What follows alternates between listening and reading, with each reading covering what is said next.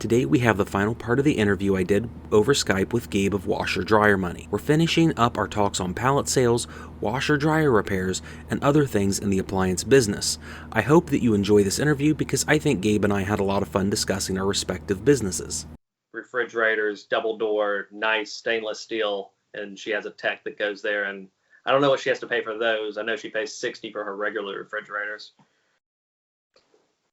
Yeah, it's an interesting way to buy. It's crazy how many different ways there are to get a hold of washer and dryers. I get guys all the time that put in the comments, where do you get your washer and dryers from? It's like, man, you get a little bit of effort out there, you can find so many broken washer and dryers. Sound went out. Say it again. Oh, I was talking to my daughter off screen. Oh, you're good. You're good. Yeah, She's man. getting me. As far as your eBay business, I'm going to jump around. How do you organize that? Because that was my biggest issue when I was doing eBay, was after I get to so many products, it just becomes this nightmare of trying to keep things organized. How do you box it up and already have it ready to go, or what are you doing? So what I do is I have like storage bins, and it's all based off of themes. So I have one bin just with Whirlpool dryer timers. I'll have another bin with GE dryer timers. I'll have another bin with Maytag timers. When it comes to like washer stuff, it's the same thing. I have a Whirlpool box, a Samsung box, an LG box, a box just with like LG interfaces. So boards are in one box, interfaces are in another. So I try to separate it out by brand and category. So if I have to pull something and it's a Whirlpool front load board, I have only one box for Whirlpool front load boards. And it may not be a very big box, but there's a Whirlpool front load box. And I only have 5 or 10 in that, maybe 5 or 8 units. So I don't have to really go through a whole lot to pull that item. And I found that is where it really helps me. Okay. All right. How about future for your channel? What's the future for your channel look like? What are you trying to achieve with your channel? I don't know. Oddly enough, I just got done with me hacking apart a dryer to see how much money was in it, and then I get online and I found out you did the exact same thing a year ago. So screw you. But I did that for fun. I don't know where my channel is going to go in some ways. I definitely tend to go towards more of the repair type stuff and not so much the business. I don't know why I've gravitated towards that, because I started out doing almost entirely business stuff. But to me, it's really like what I can come up with. And I usually come up with repairs because I get frustrated with a repair because, my staff, they all started out exactly like I did. And I think exactly like you did. They didn't know anything about this business. I don't have mentors. I have YouTube. And because of that, I keep seeing these gaps and things that we're missing. And it's like, well, let's figure this out. Let's pull the schematic or whatever. And then I'll just go do a YouTube video. And it seems like every time I think I'm done with what I want to do, something else happens that I can't find on YouTube. So I just keep documenting it. So I'm going to keep putting those out. Eventually, I would like to do some more high level videos to maybe explain why they suck so much, and do some tear downs on like direct drives and the pause plays and maybe some Samsungs, and maybe explain a little bit of why they're built so bad. I don't know. I'm getting a little bit better doing some of my videos, so I want to do that once or twice. I don't know if I want to go in that direction fully, but I get people asking about that. Or even on your channel, if you do anything that involves fix, half the comments are, "This is a piece of crap. Why is it a piece of crap?" And there's not a lot of videos out there about why. Comments help the channel, so it's all right. Yeah, man, your video, I've said this before in your comments before. Your video on the pause play washer, the what's it called, diagnosis mode, where you can move it to diagnosis mode. I was literally thinking about doing a video on that, and I saw your video go by. There's no way I could compete with it. That is the best done video for fixing appliance I have seen in a long time. You go into such detail. You did an amazing job on that video. The only reason I did well on that was because I have another one on an Amana, and it was like one of the first videos I did, and that one actually kind of blew up. And I did that because there's a Kenmore video that Sears did that was like, it told you how to do it, but then it didn't tell you anything about the codes. And I thought, I need to do a little bit of stuff about the codes. And then I did that video, and I was really, really happy with myself on how I did that video. And then 300 comments later, I'm like totally deflated because 100 people didn't understand anything. And I'm like, I don't know what to do to make it easier to understand, except I just sat on my computer and just made graphs of every possible light combination, and then put that in the video because I thought, if you can't understand this, I don't know how to help you. So I did that, and it seems like it turned out really well. But man, I think I spent 3 hours on my computer just looking up those green codes just to get it right for that video. I was happy with it. It's worked well, but it did take a while. But I appreciate you enjoying, because I mean, we have to sometimes ourselves. Yeah, I've used it for a reference. There was a couple things you said there that I didn't know when you were showing some of the different codes and stuff and what that means. Like, oh, a lot of times I never use diagnostic mode. I'll just immediately assume it's the actuator. So that'll be the first thing I do. And then if I'll look real quick, I'll open the drum or open the lid up. And if it's broken, that little white piece across the back, I'll assume the suspension rod's bad. So I'll just replace that first.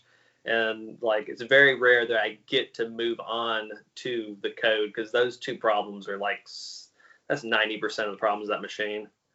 And really what we'll do is we'll just bring it in. We'll just, plug it in the wall, and we'll just do the code real quick, because we got at least the shift actuator code and maybe one or two others memorized. So even before, we figure that by the time that it takes to get the thing in spin mode to know it doesn't spin, we can get the knob diagnosis done. And then that way we don't even put water in it before we're replacing that shift actuator. It helps sometimes, because if you get a washer that it's not that, it helps you get a leg ahead on it. Yeah, very true. Very true. All right, man. Well, I know you probably want to get home, and this is not going to be the last time I'm sure we're going to talk. Honestly, I'll tell you the direction of my channel. I want to encourage people to get into the washer and dryer and appliance repair field. So I think real people like us just talking about it, showing that this is a real thing. You're a real person. You're making real money. I'm a real person making real money. And we got Mike out there. He's doing these interviews too. This, more than anything, is helping so many families, so many people with money problems be able to, make it, for one thing. But some of us are doing a lot better than make it. And I really like your channel. I like the direction it's going. Yeah, definitely. And that's the thing I would say for your user base, whatever my user base is versus yours, is that it's really easy to get into. My dad was the least, and I've said this maybe once before, but my dad's the least handyman I've ever known in my life. I mean, there was not I had a dad, but he was very, very not handy at all. And I never learned anything from him. So the fact that I'm doing this is a testament to the fact that it's easy. To me, it's like, building a Lego set. If you have the instructions, you can build a Lego set. It's not very hard, but you just have to have the instructions to do all these units. And if you can just read an instruction, whether it's like building a Lego set or cooking or whatever, you can do it. It doesn't take more than $50 in tools. As long as you got a multimeter and a screwdriver, you can fix 80% of the things out there. But it's just getting that knowledge and saying, okay, this is what it's not doing. Let's Google or YouTube whatever's going on. This is how I'm going to, take the screws out. Here's how I'm going to use the putty knife, and then you're done. And there's so many people out there that need, cheaper appliances. Where I live, we're doing $150, maybe $200 on a washer, 100, 150, 175 on some of the dryers, and I can't. And they're running over other people to come get them. So there's this gigantic need for it in the community, but it's like with appliance repair professionals, there's not enough people out there to do it, and it's not hard. None of this is hard. It's just a little bit of patience. And if you have that patience, you can make however much money you want to, because like I said, we sold everything on our floor almost 2 weeks ago, and we did $3,000 in like 4 hours. And I know most other stores, if they have that inventory, can do it.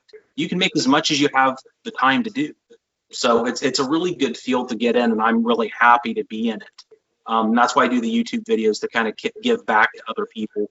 And, you do that to get people into the field too, because I've had people say, why are you doing these videos if you're going to have competitors, to your business? And I look at them and say, screw you. I don't have competitors.